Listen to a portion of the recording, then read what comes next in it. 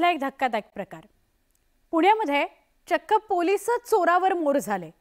Loni Kalbhor police ठाण्यात हा धक्कादायक प्रकार समोर आला। पोलिसांनी चोरांना लाजवेल अशी काय भानगड केली बघा।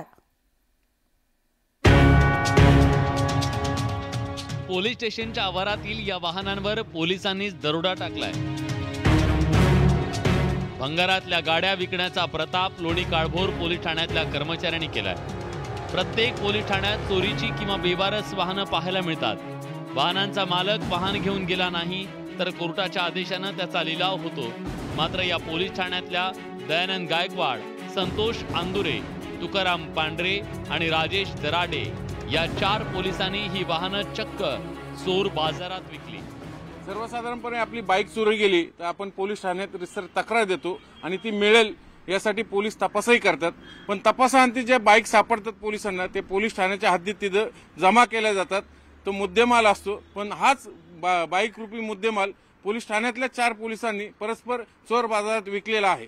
हा प्रकार घडलाय लोणी काळभोर पोलीस स्टेशनच्या हद्दीत। बाईक चोरीच्या एका गुन्ह्याचा तपास करताना हा सगळा प्रकार उघडकीस आलाय।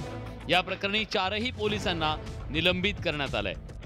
अंमलदारांनी निलंबित केलेले आहे आणि त्यांच्यावर प्राथमिक चौकशी आदेशित केलेली आहे। प्राथमिक चौकशीमध्ये सविस्तर आणि सखोल चौकशी होऊन त्यांच्या काय कसूर आहे ते निष्पन्न करून त्यांच्यावर योग्य पद्धतीने पुढची कारवाई करण्यात येईल।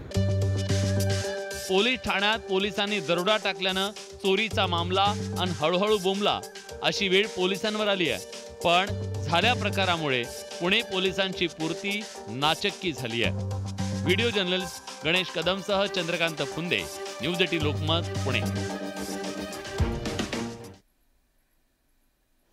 या सगळ्यासह म्हणजे या स्पेशल रिपोर्टसह विशेषमध्ये इथेच थांबतोय। ताज्या बातम्यांकरता पहा फक्त न्यूज 18 लोकमत।